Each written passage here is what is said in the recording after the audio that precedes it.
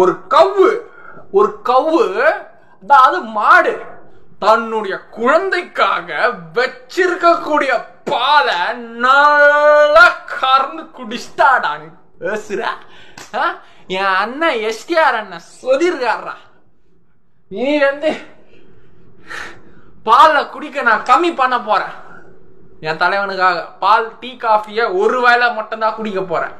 நல்லா கரன்னு கறந்து குடிச்சுட்டு மேலே கொஞ்சம் கஷ்டமா தான் இருக்கு அதை விடுறதுக்கு. அதனால கூடிய சீக்கிரம் கொஞ்சம் கொஞ்சமா விட்டுருவேன்.